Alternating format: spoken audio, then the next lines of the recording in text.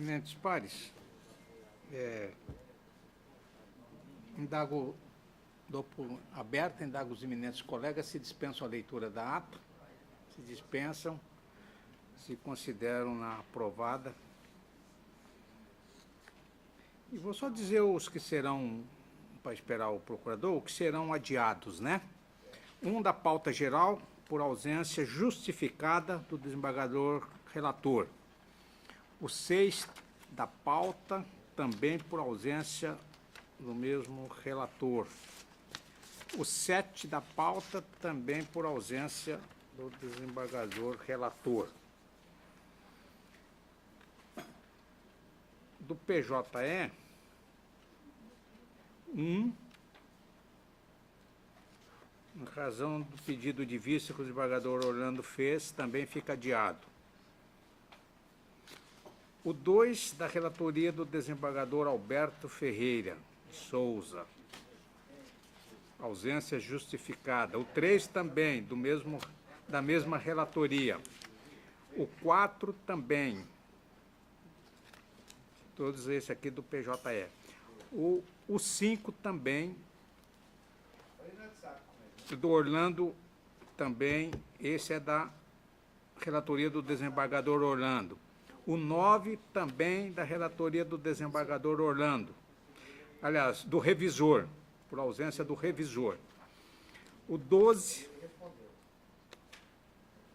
eu pedi para retirar de pauta por ausência de... Aliás, esse aqui nós vamos... Os outros foram adiados. Esse aqui, só o 12 que vai ser retirado de pauta por ausência de parecer da Procuradoria para colher.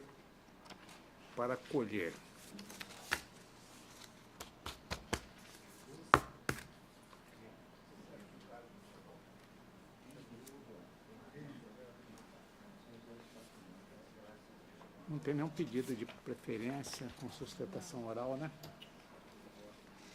Hoje vai ser da AptVolt. Aquele já tá vindo?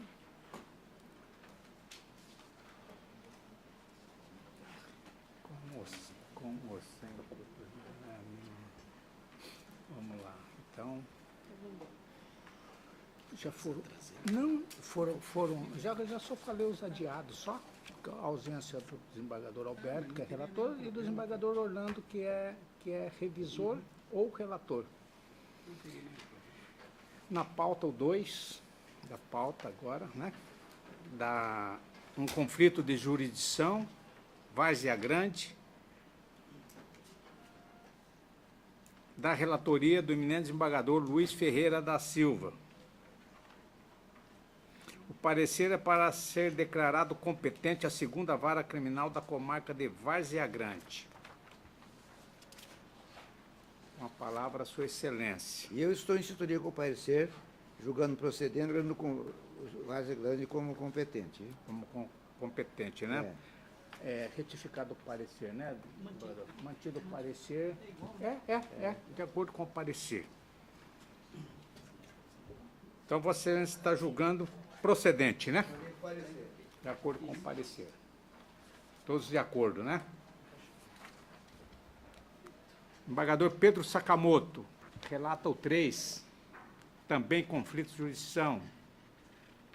Mesma coisa, juizado especial com a vara especializada de violência doméstica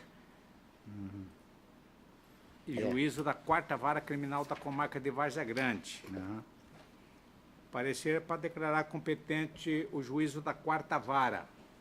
Fica mantido, né? Especialidade de violência doméstica, né? Sim. Também, nos termos do parecer, estou julgando... Procedente. Para declarar competente o juiz da 4ª Vara Criminal de Várzea Grande, exatamente. Todos de acordo?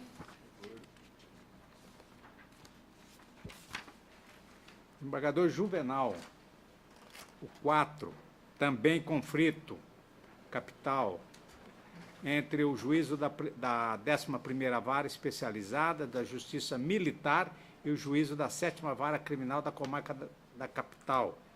O parecer é pelo juízo da 11ª Vara Criminal, que fica mantido, né, desembargador Mauro? Fato aqui, eu estou acompanhando também o parecer, ministro presidente, e declarando o juízo da 11ª Vara, que é o suscitante e o competente para julgar, porque a 7ª Vara não tem competência para julgar. Então está julgando improcedente o conflito. Todos de acordo? Não é procedente, né? Não, Não é improcedente. improcedente, Improcedente. Ah, não. Aqui eu estou julgando procedente, pelo seguinte. Ah, então dá licença. É, contudo, suscitado, acolhendo o pedido ministerial encartado nos autos, determina o arquivamento da relação Viviane Arruda por ser atípica. É que não há previsão no Código Militar, para ser julgado pela terceira, o delito previsto no artigo 317. Então, ele é do Código Penal, então, competente, porque o Código Penal Militar ele não prevê solicitar, só quando solicita.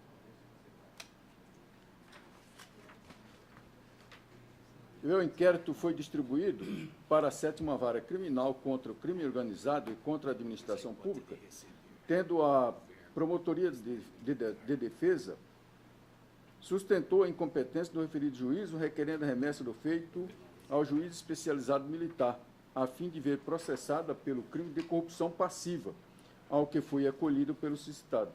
O delito de corrupção passiva praticado pela Polícia Militar, atuando em razão da sua função, conforme ressai da hipótese dos autos, contra a administração castrense, cuja tipificação se encontra na lei penal específica, caracterizando o crime militar. O crime de corrupção passiva está previsto no artigo 308 do Código Penal, que diz: receber para si ou para outro, indireto ou indiretamente, ainda que fora da função ou antes de assumi-lo, mas em razão dela vantagem devida de aceitar a promessa de tal vantagem. Extrai-se ainda do mesmo dispositivo, em seu artigo 9º, do letra C, do Código Penal Militar, que consideram crimes militares em tempo de paz os crimes previstos nesse Código, embora também sejam com igual definição em lei penal comum, quando praticado por militar em serviço. Contudo, a magistrada suscitada, acolhendo o pedido ministerial, encartado nos autos, determinou o arquivamento com relação ao crime de corrupção ativa em face de Altair de Almeida Camargo e Viviane Neves de Arruda, por ser atípico, já que a conduta partiu da pessoa do policial OACI, que solicitou a quantia em dinheiro. Assim, manteve a conduta do acusado OACI na corrupção passiva, no delito previsto no artigo 308 do CPM. Nesse sentido, o artigo 317 do Código Penal é delito que se amolda à conduta do acusado e não o tipo penal previsto na norma penal militar. Isto porque o indiciado solicitou e não recebeu ou aceitou a vantagem em dinheiro. O verbo solicitar não está previsto no artigo 308 do CPM, somente no artigo 317. O artigo 17 diz o seguinte: solicitar ou receber, para si ou para outro, indireto ou indiretamente, ainda que fora da função antes delas assumi-lo, mas, em razão dela, vantagem devida ou aceitar a promessa de tal vantagem. Conforme se verifica notadamente da ação do indiciado OACI, trata-se de conduta expressa e específica de solicitar vantagem devida, sendo certo que o crime de corrupção passiva, na modalidade solicitar, não encontra correspondência no Código Penal Militar, artigo 308 CPM, na qual possui apenas o verbo receber, aceitar, mas sim no Código Penal, artigo 317. Nesse sentido, a jurisprudência STJ, conflito de competência militar, corrupção passiva, artigo 317, compete à Justiça Comum processar e julgar crime de corrupção passiva praticado por militar ante a ausência da previsão desta conduta no Código Penal Militar, conflito conhecido para declarar competente o juízo de direito da primeira vara criminal de Campo Grande, Mato Grosso do Sul. Então, estimado... Certo. Então tá certo. Desembargador Luiz, tá de acordo com ele, né? É porque o verbo aqui no Código Penal Militar só tem o verbo receber. Não tem o solicitar. Então, e ele solicitou. Quer dizer, então, cai no Código Penal e aí... Ele fica na sétima, né? E por que crime organizado vai ajudar? É uma quadrilha de pedinte aí? Não, não é. Também tem... boa lembrança nisso aí. Administração. E ela vai ter que mandar para o... Quanto à administração pública. Então, julgaram procedente o conflito nos termos do voto do relator. Vai ficar com faleiro do mesmo jeito. É? Talvez estará a sétima. Ele que está na sétima, substituindo. Acho que é alternado, né? Outro conflito também de Cáceres, o 124.598, suscitante juízo da primeira vara criminal de Cáceres e suscitado juízo da quinta vara comarca de Cáceres, desembargador Pedro Sakamoto com a palavra. O parecer é pela procedência do conflito que fica mantido, né, desembargador Mauro? O 8, né? Isso, o 8 da pauta geral. Termos circunstanciados de ocorrência. Infrações penais de menor potencial ofensivo, juizado especial criminal, não comparecimento do autor do fato à audiência preliminar, subsequente oferecimento de denúncia. Declínio de competência em favor da justiça comum, providência prematura, necessidade de exaurimento dos meios possíveis para a citação do acusado, conflito procedente. Procedente. Procedente. Todos de acordo? Desembargador Rondon, Vossa Excelência relata o 5 da pauta geral, também outro conflito, também de Cáceres, primeira vara criminal, com a quinta vara também de comarca de Cáceres. Com a palavra, Sua Excelência. Senhor presidente, egrégia turma de câmaras, eu estou julgando também procedente o conflito, porque se trata da mesma situação do voto do desembargador Pedro Sakamoto. Também? Houve tentativa frustrada de citação do acusado, foi remetido à Justiça Comum, sem esgotar as tentativas válidas de citação, não tem recebimento da denúncia, então eu estou considerando que o conflito é procedente conforme parecer. Parecer. É também de Cáceres. É de Cáceres também. Vamos fazer isso aí monocrática para, né? Já... Tem vindo constantemente isso aí. Os camaradas lá, eu vou te falar, viu? Aqui outro também, né? Desembargador Rondon, o 9 também deve ser a mesma coisa. É de Cáceres também. É entre a primeira e a quinta vara. É a mesma coisa. É a mesma coisa, é? Os É a mesma artistas, coisa. Estou Os julgando o atores são conflito os mesmos. procedente também. Julgando procedente. Todos de acordo, né? Voltar para o juizado, né? Tem que tentar citar, esgotar todos os méritos da citação. Aí depois sim, Quando não se tem não achar aí, recebimento. remete. Que acontece assim, que ele vai no primeiro, o oficial não encontra, certifica que ele não remete. Aqui agora é o 10 da pauta geral, da relatoria do desembargador Marcos Machado, o embargos infringentes 100.513/2017, embargante E.C, embargado do Ministério Público. Eminentes pares, esse caso eu vou tentar explicar, porque foi citado aqui o desembargador Pedro como vencido, citou uma decisão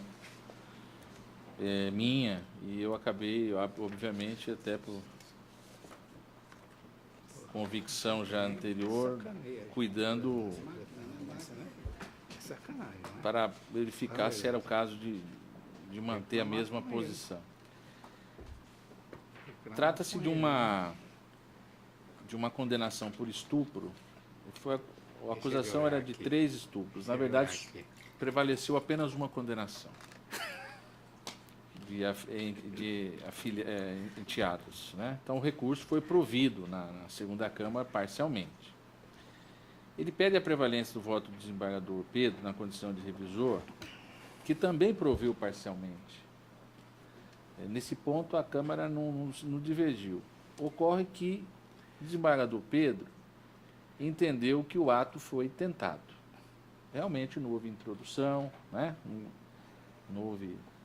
que é aquelas situações relacionadas ao libido, né? Masturbação. O doutor Mauro opina pelo desprovimento, Que fica mantido. inclusive trazendo a posição do STJ, né? Que nós sabemos, tendo até reformado algumas decisões nossas. O que eu quero chamar a atenção da turma é o fato que esses acontecimentos, né, ocorreram anteriormente à Lei 2015 de 92. Em outras palavras, esses atos atribuídos ocorreram nos anos de entre 2004 a 2006. Então, a lei, quando alterou e não mais determinou que conduta, né, a conjunção em si, todo e qualquer ato, né, é de 2009. Então, se nós fôssemos julgados o fato pretérito, né, na linha da legislação vigente, nós não teríamos dúvida de acolher a tentativa, né, porque não se chegou efetivamente à prática do ato sexual que exigia a conjunção. Então, a medida, a meu ver, mais justa, mais coerente, é justamente essa que o desembargador Pedro encontrou ao considerar a pena que a gente já, todos nós aqui, estamos conscientes aqui da elevação e do resultado de uma penalidade dessa, né? A pena que estaria prevalecendo, com o voto, mesmo com a redução, é de 14 anos. E esse fato, que, como eu repito, não houve consumação carnal, os atos libidinosos, na verdade, até não houve nem a introdução de dedo, absolutamente nada. Essa é questão de apalpamento. Ele tinha um libido de ver a menina, né? E se masturbar e pedir para ela ficar nua, esse tipo de coisa. Eu entendo aqui que a pena final encontrada pelo desembargador Pedro me parece absolutamente adequada, justa para o caso, né? Então, nesse ponto, é que eu gostaria de chamar a atenção. Não se trata da interpretação pura e simples, né, de fatos posteriores a 2009, mas sim de fato anterior. E, nesse ponto, o desembargador Pedro reconheceu a tentativa de ofício e aí fez a nova dosimetria, obviamente, entendendo que seria a pena justa. Eu estou, portanto, optando por essa saída, ou seja, pelo voto vencido, né? Pelo voto vencido para dar provimento e prevalecer o voto divergente. Mas por conta especificamente dessa situação. Me parece que a lei posterior, ela não só agravou a conduta, ou seja, ela trouxe uma discriminação de formas, né? E aí sim, a partir de 2009, me parece que nós não podemos identificar tentativa, mas aqui... E mais, alterou muito a pena também, sim, né? Exagerou na pena. Então, eu, com a devida vendo o parecer dos eminentes colegas que corrigiram a condenação, mas acabaram entendendo da aplicação da nova lei, eu estou provendo os embargos para dar prevalência ao voto divergente. É como voto. Embora eu vou acompanhar Vossa Excelência, desembargador, mas se for retificado, for modificado um eventual recurso no STJ, o correto seria uma revisão criminal para fazer essa correção. Né? Porque para fazer essa correção, que seria uma revisão criminal. Né? Parece que é outra tese, né? É. Parece que já é uma outra tese, né? O voto vencido, será que Não, porque, na verdade, ele tinha que ter sido processado pelo 214, acho que é 213 ou 214? 214. Não pelo 217, que é... ele teria que ter... Isso. Eu acho que isso aí caberia corretamente numa revisão criminal. Se caso houver recurso, o STJ corrigir isso aí, seria uma revisão criminal, né, desembargador Pedro?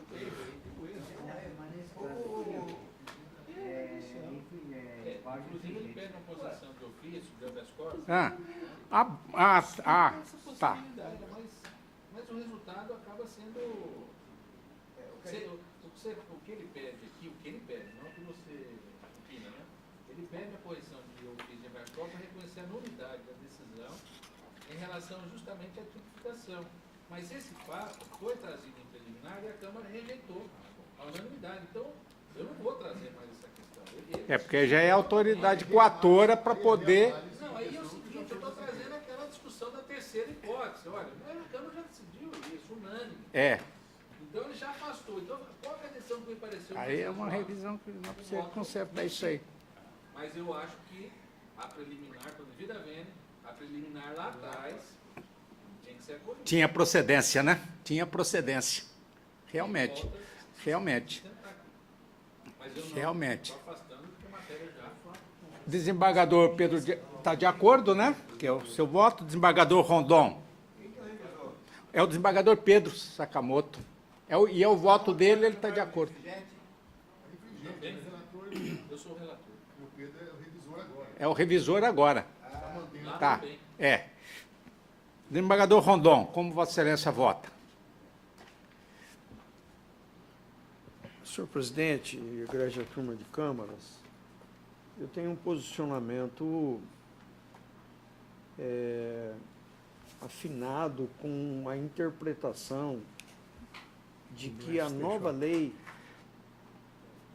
foi criada justamente para evitar que se fizesse uma comparação entre ato libidinoso e estupro, deixando de lado a dignidade sexual da mulher. Para mim, a lei avançou para dar a mesma valoração dos atos libidinosos diversos da conjunção carnal, certo? E a conjunção carnal. Entretanto, o desembargador Marcos está a nos esclarecer que o fato aqui aconteceu sob a vigência da lei anterior. Justo. Eu não sei se eu já me manifestei a respeito especificamente desse caso, em sentido contrário, mas para mim esse dado é novo. Certo? E se é como creio que seja, o desembargador Marcos está colocando, eu vou encaminhar meu voto de acordo com o voto do desembargador Marcos. Em razão da vigência. Desembargador... A pena com base na velha lei, é isso? É porque o fato... Deveria. Tanto é que ele levou a preliminar. A Câmara rejeitou a preliminar.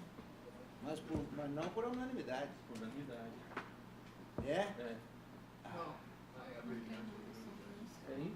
A questão foi essa. Desembargador Gilberto Giraldelli. Eu acompanho. Também, né? Inclusive, até por uma questão do princípio dessa aplicação da pena justa, né? Porque já está com da 14 justiça, anos, né? Uma pena, eu acho muito exacerbada essa pena do 217A, mas nós temos que nos curvar porque é a lei, né? Mas muitas vezes eu encontro possibilidades como essa do desembargador Pedro para tentar chegar a uma pena que seja razoável e proporcional. Eu estou de acordo. E o problema foi isso. Na hora da denúncia, pegou as outras vítimas, que foi posterior. E aí juntou todo mundo sem separar a aplicação. E quando elas foram absolvidas, ficou remanescente a aplicação da sentença, que foi a lei posterior. Eu também acompanho. Não viu isso. Eu também acompanho o relator, desembargador Juvenal. Eu acompanho o doutor relator. Desembargador Luiz Ferreira. Eu, nesse caso também, já que não se pode anular, porque a preliminar foi a unanimidade afastada, mas o caso aí é que esse acordo é nulo ab ovo. Nulo ab ovo. Mas só podemos anulá-lo através de revisão, né? Aí que seria o caso que poderia fazer a readequação da... Então, eu acho que neste caso o caminho menos doloroso é esse que o desembargador Pedro achou. Então, a Aplicou a pena com base na lei velha, né, desembargador? Por enquanto. É. Não, porque se nós falarmos em tentativa, nós também vamos nulificar esse acordo aqui. Não podemos falar em tentativa. STJ diz que não há tentativa. Não há, excelência. Só que Hoje não há tentativa. Hoje não, hoje não. hoje não, mas Quer dizer, ele interpretou pela lei antiga. Só me permite uma Foi. sugestão, desembargador Marques, como Vossa Excelência sempre é muito atencioso, eu acho que era muito importante destacar na ementa Isso. esse nós não fato, estamos reconhecendo essa a situação tentativa. diferenciada, para que não se venha a utilizar. Crime praticado Deixar na vigência. muito bem destacado, né? para que senão se juntam, né? Na vigência Eu sei do disso, artigo mas- 214. Só para o seu conforto, Né? eu Pra não- coloquei claramente fatos ocorridos nos anos 2004, antes da alteração da lei penal. Isso, bem claro isso aí, porque senão daqui a Eu achei pouco, que era- daqui a pouco não está sendo Então, utilizado isso aí. proveram a né? unanimidade nos termos do voto do relator. Desembargador Pedro Sakamoto, Vossa Excelência relata o 11, uma revisão criminal, Água Boa, Felipe Ricardo Santos Quevedo. Era. Quevedo. Não. 11. Seria, Esse Sim, é tráfico de drogas sim. e porque se resignação você contra jogasse 12 pra- limites da na pena, alegada dar isso. contrariedade de sentença ao texto expresso da Anulava-se. lei. Pertinência. Reconhecida a prática de 9 delitos em concurso material, mas a pretexto de utilizar analogia em Bonaparte, vale-se de dispositivo aplicável apenas ao crime de lavagem de dinheiro para aumentar a reprimenda em 1/3. Violação ao princípio da legalidade, pena redimensionada, ação procedente, regime inicial readequado. Ele foi condenado a 3 anos de reclusão, 700 dias multa, e eu estou aqui também pelo tráfico 5 anos, de modo que eu estou readequando aqui, julgando procedência para reduzir a pena de Felipe para o crime de tráfico a 5 anos de reclusão e de ofício substituindo o regime fechado pelo semiaberto, com fogo do artigo 626 caput do Código de Processo Penal. Aqui,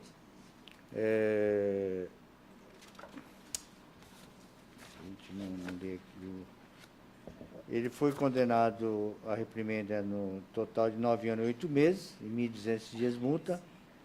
E aqui eu estou reconhecendo aqui 6 anos. 6 e 8, né? Aqui Na tá emenda. é isso, 6 anos e 8 meses, exatamente. 6 e 8. 6 e 8, exatamente. Exatamente. Vossa Excelência está reduzindo para, ao total, total de 4 e 8. 5 anos, 5 pelo tráfico. Não, mas Vossa Excelência está aplicando o parágrafo 4º, né? Em consonância com o parecer ministerial, eu julgo procedentes para reduzir. Eu estou acompanhando aqui o. Está acompanhando o parecer, Exatamente, que fica mantido, né? O embargador Rondon fez a revisão. Eu fiz a revisão, Excelência. Estou de acordo com o doutor relator, porque o caso aqui é de aplicação de uma causa de aumento relativa à lei números 9.613/98, também aos outros crimes. E essa causa de aumento ela é específica da lei. Não é, Certo. eu vi Vossa Excelência falando parágrafo 4º, não é o parágrafo 4º do artigo 33, não. Não, que É o é parágrafo porque 4º, artigo 1º da da lei lei 9.613, 9.613, né? Então está excluindo essa causa de aumento dos outros É crimes. que não ser aplicado erroneamente. Então, tudo bem. Todos de acordo? Julgaram Então, e de ofício, está substituindo o fechado por semiaberto, Exato. em virtude da redução da pena. Da redução da pena. Procedente nos termos do voto do relator.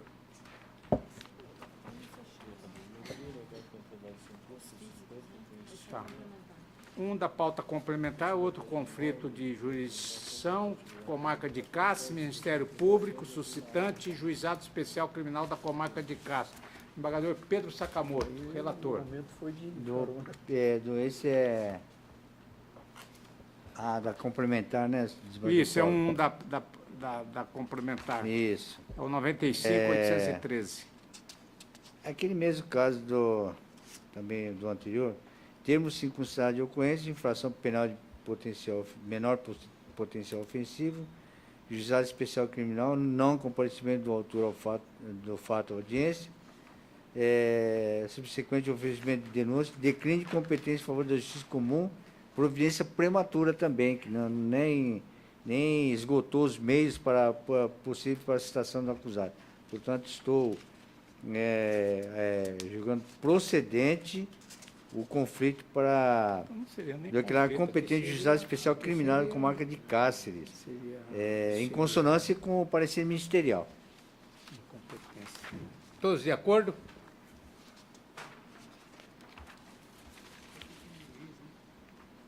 Não, mas aí seria conflito de competência. Não, até de competência, porque tem denúncia já, tem denúncia.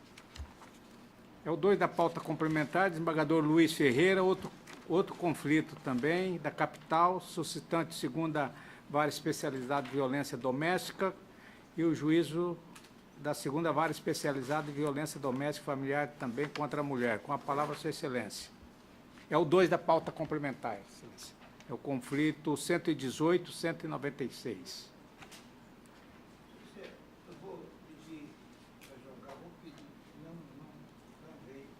Não veio? Tá. Vamos passar para outro. É o 2. Tá aí? Tá bom. Tá, então vamos aí. Aqui, em consonância com o parecer, este é o... Mas o 2 já julgamos, é o 60. Não, esse aqui desembargador Luiz. Não.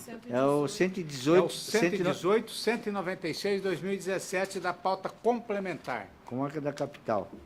É da capital.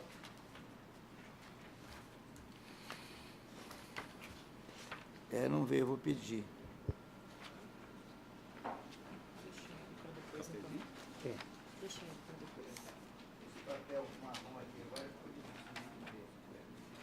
Então, o desembargador Juvenal julga o do PJE, o 6, mandado de segurança, impetrante Sônia Celina Guateli Martins.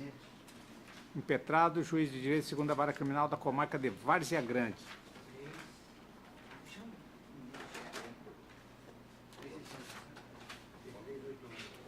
Trata-se de mandado de segurança impetrado por Sônia Celina Guateli Martins contra ato da excelentíssima senhora doutora juíza de direito da segunda vara criminal da comarca de Várzea Grande, tendo como base a ação penal número 2403-65-2014, código 333.842.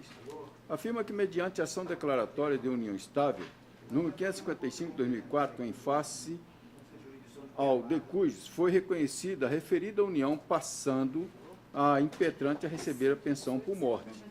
Sustenta que, em 19 de 2 de 2015, foi recebida denúncia em desfavor da impetrante e outro denunciado, acusados de praticar um crime descrito nos artigos 288 cap e em concurso material com o artigo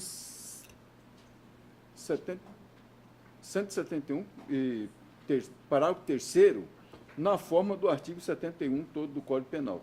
Diante dessa situação, brada que a magistrada, tida como autoridade coatora, suspendeu o pagamento da pensão por morte em desfavor da impetrante, cometendo assim ato arbitrário e ilegal. Requer liminarmente a restituição da percepção do benefício da pensão por morte e no mérito que a liminar seja confirmada. Diante das particularidades do caso, solicitei informação ao juiz da segunda vara criminal da comarca de Várzea Grande, que as prestou prontamente. A liminar pretendida foi deferida. As informações foram apresentadas pela autoridade tida como coatora. A douta Procuradoria-Geral de Justiça manifestou pela denegação da segurança esse relatório. Fica mantido o parecer, a palavra retorna a Vossa Excelência. Então, aqui eu trouxe lições doutrinárias, eu vou pular. Por certo, para que o direito líquido e certo possa ser exercido no momento da impetração necessário, seja extremo de dúvida, a não depender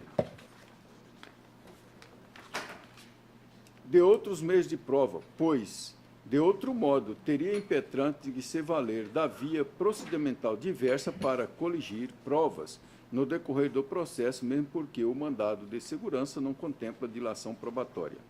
Eu trouxe jurisprudência e destaco aqui que a magistrada, tido como autoridade coatora em suas informações, afirmou, aspa, ação penal, número tal e código tal, no qual a impetrante é uma das ré, originou-se através de inquérito policial, cuja instauração foi requisitada pelo Ministério Público, tendo em vista o surgimento de informações de fraude quando da ação de reconhecimento da união estável entre a impetrante e Argemiro de Oliveira, que posteriormente foram usada para conseguir a pensão pós-morte de Argemiro. Em diligência, a autoridade policial requisitou laudo pericial do documento declaratório da união estável de Argemiro com a impetrante, cuja conclusão foi que a assinatura de Argemiro foi inserida por meio de impressão.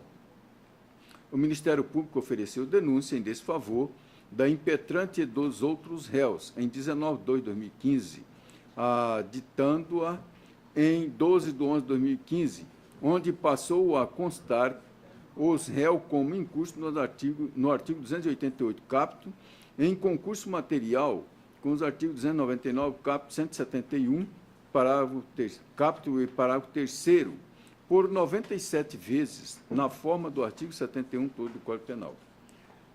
O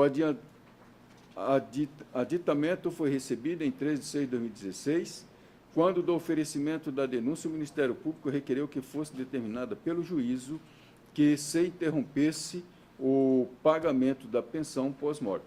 A denúncia foi recebida em 30 de 3 de 2015, onde deferiu o pedido efetuado pelo Ministério Público. Ocorre que, por algum lapso, tal ofício não foi expedido, sendo tal fato percebido pelo Ministério Público, folha 614. Assim, em 26 de 9 de 2016, folha 619, o requerimento do Ministério Público foi efetivamente cumprido. Fecho aspas. Então, estabelecidos os limites da cognição que ora se realiza, tenho que o benefício da pensão por morte estar esculpido em nossa Carta Magna como meio de proteção à família do trabalhador em virtude do evento morte deste.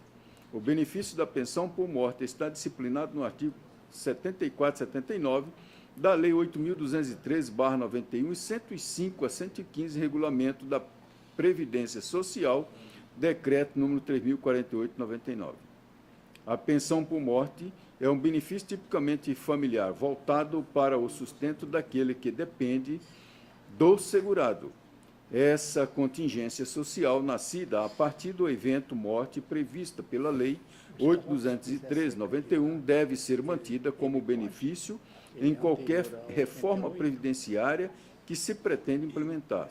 No caso, a impetrante vinha recebendo o benefício da pensão por morte mediante ação declaratória de união estável 555/2004, em face de o de cujos, sendo reconhecida a referida união entre ambos.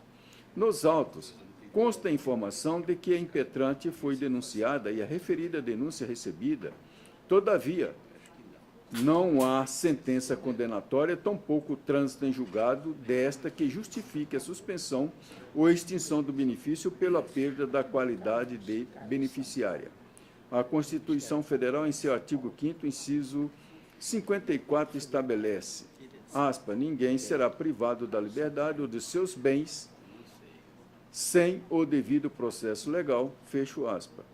qualquer que seja o ato a ser praticado, seja no âmbito administrativo ou judicial, se importar em alteração ou supressão de benefício providenciário, não prescinde da observância ao devido processo legal e ao contraditório, assegurando-se ao beneficiário a possibilidade do exercício da ampla defesa com todos os recursos a elas inerentes. Diante desse entendimento e dos dados oportunizados no momento da análise persecutória da medida a entender pela impossibilidade da suspensão ex abrupto do benefício da pensão por morte percebida pela impetrante em virtude do decujus. Todavia, nesse momento em que abraço a análise da questão, já em sua cognição meritória, tenho como indisfarçável a mudança de panorama e, por que não dizer, de realidade nos presentes autos deste mandado de segurança. Consta dos autos, mais precisamente das informações apresentadas pela autoridade tida como coatora, o laudo pericial número 2-1-000-332-2008, subscrito por peritos oficiais criminais do Estado de Mato Grosso, no qual, após examinarem duas declarações supostamente assinadas pelo decujus, nas quais ele reconhecia a convivência marital com Sônia, atestando que as firmas atribuídas a Gemiro de Oliveira foram inseridas por meio de impressão, possivelmente a jato de tinta, posteriormente a processo de digitalização. Tem-se ainda o termo de declaração do Corréu João César Fadu, prestado na 23ª Promotoria de Justiça de Defesa do Patrimônio Público, o qual serviu de suporte para a instauração do inquérito policial, no qual ele afirma que Sônia nunca conviveu maritalmente com Argemiro e reconhece a falsificação de assinatura do falecido na documentação. Contudo, atribui a autoria da fraude a Corré Andreu Gancedo Saber.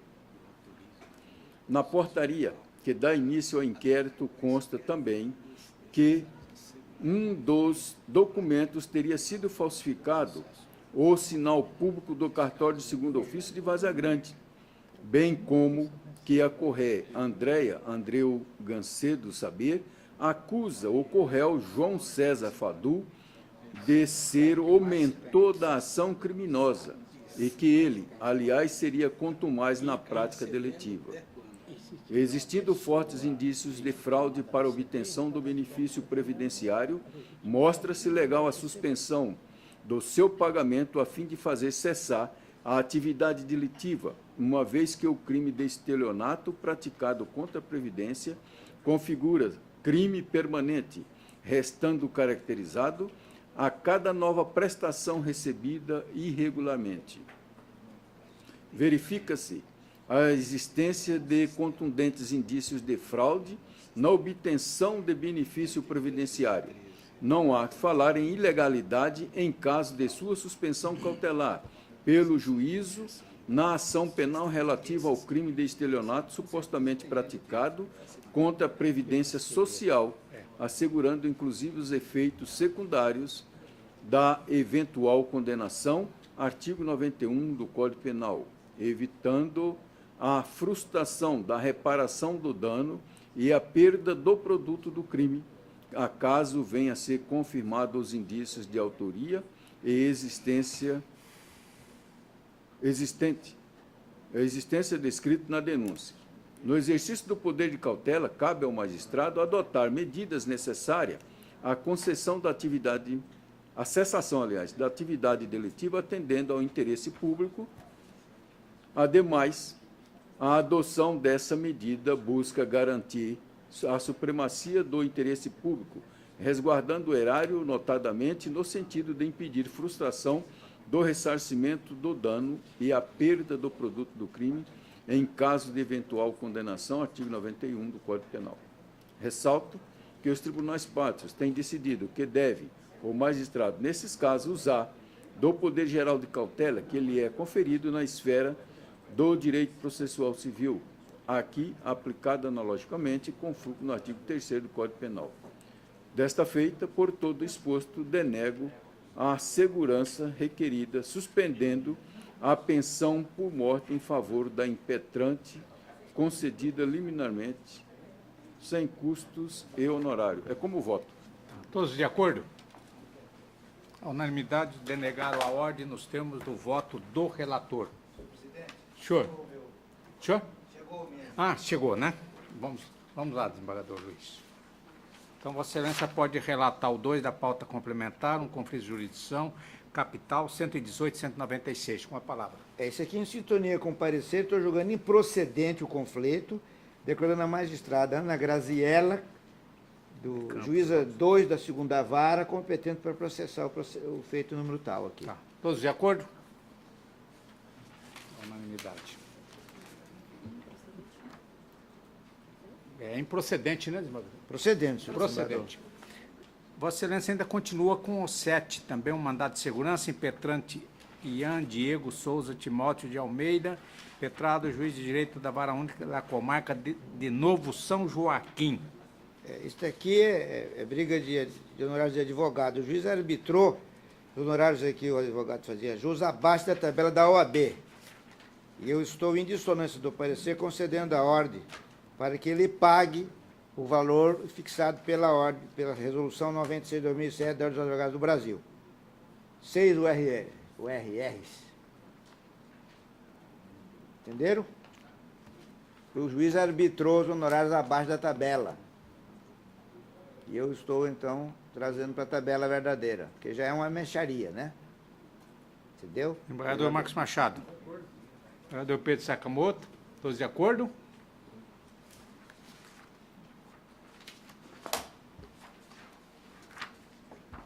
Embargador Luiz Ferreira, o 8, outro mandato de segurança, impetrante Ismair Alacrino Vilete, comarca de Pontes e Lacerda, juízo da 3ª vara. Aqui, o procurador Mário Ribeiro opinou a delegação da ordem, e eu estou delegando a ordem, sintonia com o parecer, que a hipótese não se aplica à hipótese do 485/6 do Código de Processo Civil. Tá O que todo. aconteceu? Iniciada a perda superveniente do objeto dessa ação, expedição de alvará, foi solto lá. Então, estou delegando a ordem. A unanimidade de denegar a ordem nos termos do voto do relator. Sintonia com o parecer. Embargador Juvenal, Vossa Excelência, é o 10 do PJE, uma revisão criminal, requerente Joaquim Matias Valadão. Eu vou fazer um breve resumo aqui. Ele sustenta que, na data de 26/7/2015, protocolou pedido de revogação das procurações firmadas aos advogados, de modo que desde então não possuía defensor habilitado e não houve sua regular intimação. Sustenta ainda que trata-se de atos praticados a partir do protocolo da notificação de renúncia das procurações em data 26 de julho, são nulos, inclusive a sentença, o acórdão e o mandado de prisão. Subsidiariamente, requer que seja revista a dosimetria da pena, argumentando ser primária, etc, etc. O doutor Mauro Viveiro, representando a eminente procuradoria e eminente procurador, manifestou aqui em parecer pela improcedência do pedido revisional. Fica mantido. Eu estou julgando improcedente. Improcedente? Não tem como, não tem Todos prova. de acordo? Improcedente nos termos do voto do relator. Embargador Marcos Machado é o 11 do PJE, uma revisão criminal. Vivico Tomás Júnior é o requerente. Vivico, seu nome? É o 11, embargador Marcos. Pretensão do revisionando de absorção ou desclassificação de rua para furtos. A Procuradoria opina pela extinção do processo em resolução do mérito. Também não identifica que ocorrera identifica que não ocorrerá a prova das alegações. Eu havia praticamente anuído aí com um parecer, mas após a revisão eu acabei me convencendo que o ideal seria julgar improcedente, tanto porque, na verdade, não fora comprovado, né, as alegações, como também era impertinente o pedido de desclassificação. E aí eu moldei ao voto do revisor, porque eu estava extinguindo, né? Sim. Entendendo que, na verdade, ele não trouxe elementos para enquadramento do pedido, né? Mas, como acabei entrando no mérito do pedido subsidiário, me pareceu que a decisão correta seria julgar procedente ou improcedente. Isso. No caso, improcedente, acabei ajustando com o revisor. Nesse sentido, nós julgamos, portanto, Desembargador Pedro, que é o revisor, está de acordo? Todos de acordo? Então, a unanimidade julgaram improcedente, né, desembargador Marcos? Improcedente. Entendeu? Então, agradecendo a presença de todos, damos por encerrada a presente sessão, né? Depois de uma grande chuva, né?